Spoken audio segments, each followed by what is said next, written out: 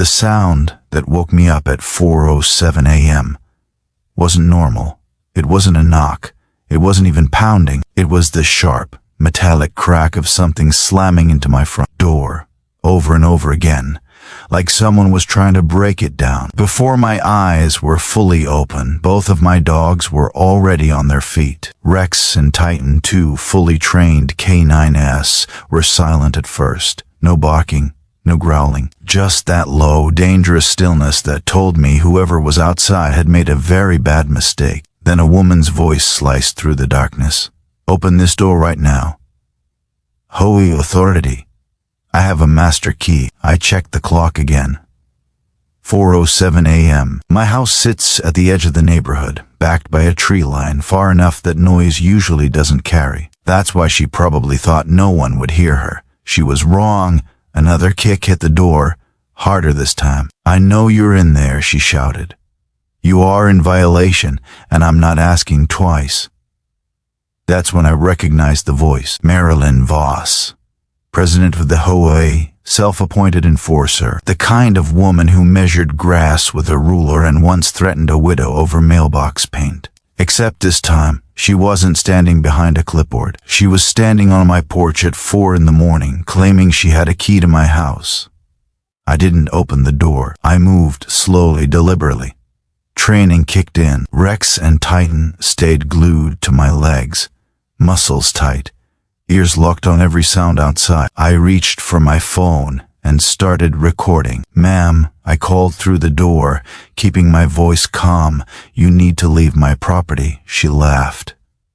A sharp, confident laugh. The kind of laugh people give when they think they're untouchable. "Don't play games with me," she snapped. "The HOA has emergency access. You signed those rules when you moved in. I can enter if I want." That's when she did it. Metal scraped against metal. She actually tried to unlock my door. The deadbolt didn't move, but Rex did. His growl wasn't loud. It wasn't wild. It was controlled, deep. Final. The sound echoed through the door, and for the first time Marilyn hesitated. What is that?" she said. "K9s, I replied, "on duty." There was a pause, a long one. Then her tone shifted, less confident now, edged with anger. "You can't threaten me with dogs," she yelled. "I'm calling the police. You're harboring dangerous animals without HOA approval." Another kick hit the door. That was the moment I realized this wasn't about a violation.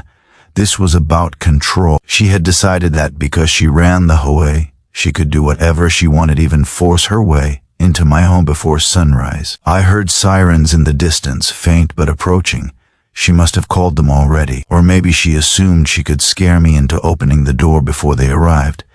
Either way, she kept talking. "Once the police get here," she shouted, "they'll make you open up. And when they do, I'll be inspecting every inch of this house." Rex and Titan shifted, nails clicking softly against the floor. They were ready. So was I.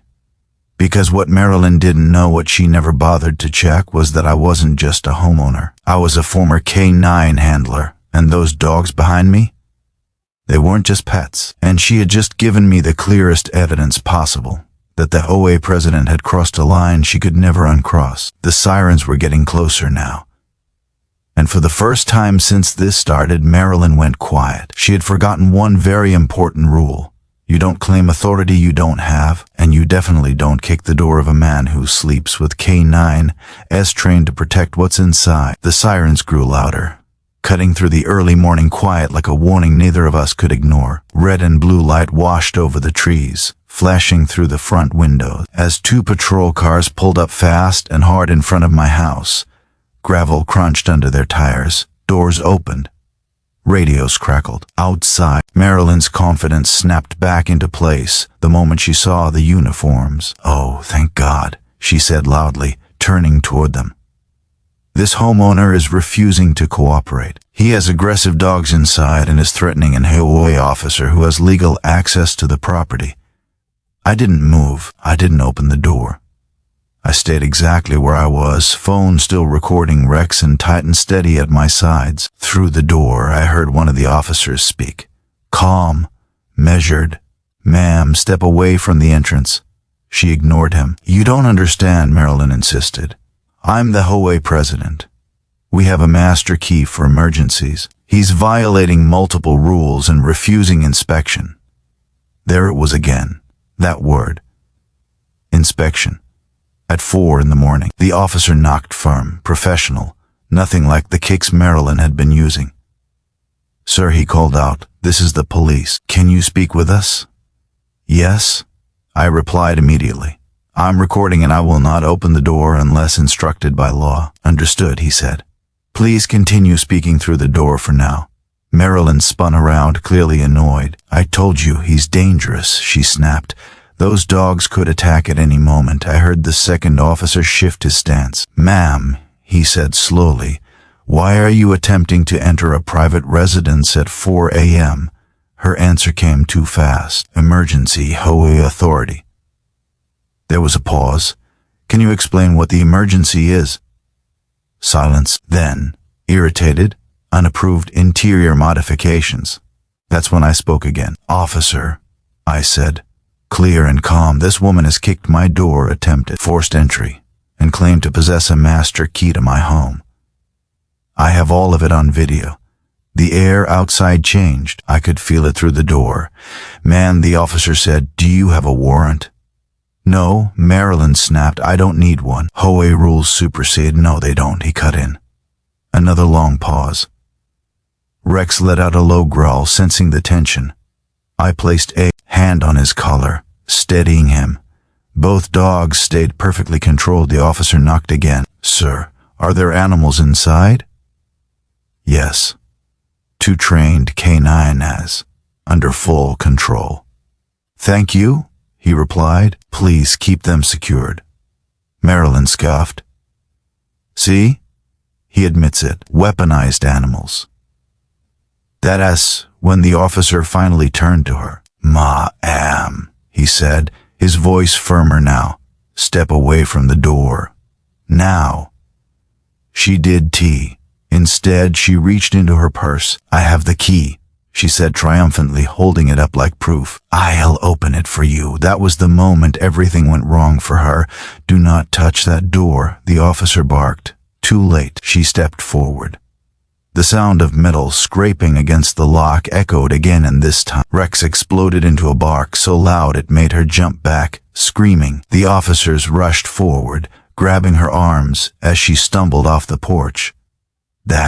"Sit," one of them said. "Hands behind your back." "What? You can't arrest me," she shrieked. "I am HOA. I have authority."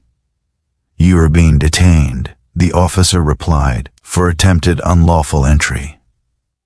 They pulled her away from my door as she screamed about lawsuits, donors, and community standards. Only then did the officer turn back to me. "Sir," he said through the door, "you may open it slowly. Please secure the dogs." I clipped Rex and tightened to their leads and opened the door just enough to step outside, keeping them close. The night air was cold. Marilyn was standing near the patrol car now, face flushed, hair wild, silk robe twisted from the struggle. The officer looked at me. "Is this your home?" "Yes." "Do you recognize this key?" I shook my head. "Never seen it." He turned to Marilyn. "Where did you get this?" She hesitated just for a second. "HOA copies," she muttered. "Ho's Don. Get copies of house keys," he said flatly. Her mouth opened, then closed. The officer sighed and pulled out his notebook. "Mom, you're going to sit in the car while we sort this out." As they guided her toward the patrol vehicle, she finally looked scared. Because for the first time, the clipboard didn't matter. The rules didn't matter. And the power she thought she had was gone. She glanced back at me, eyes burning with rage. "This isn't over," she hissed. I didn't respond. I just looked down at Rex and Titan standing calm and alert at my sides, because I already knew something she didn't. This wasn't just the end of her night. It was the beginning of the end of her authority. And once daylight came, everyone was going to see exactly what she had tried to do in the dark.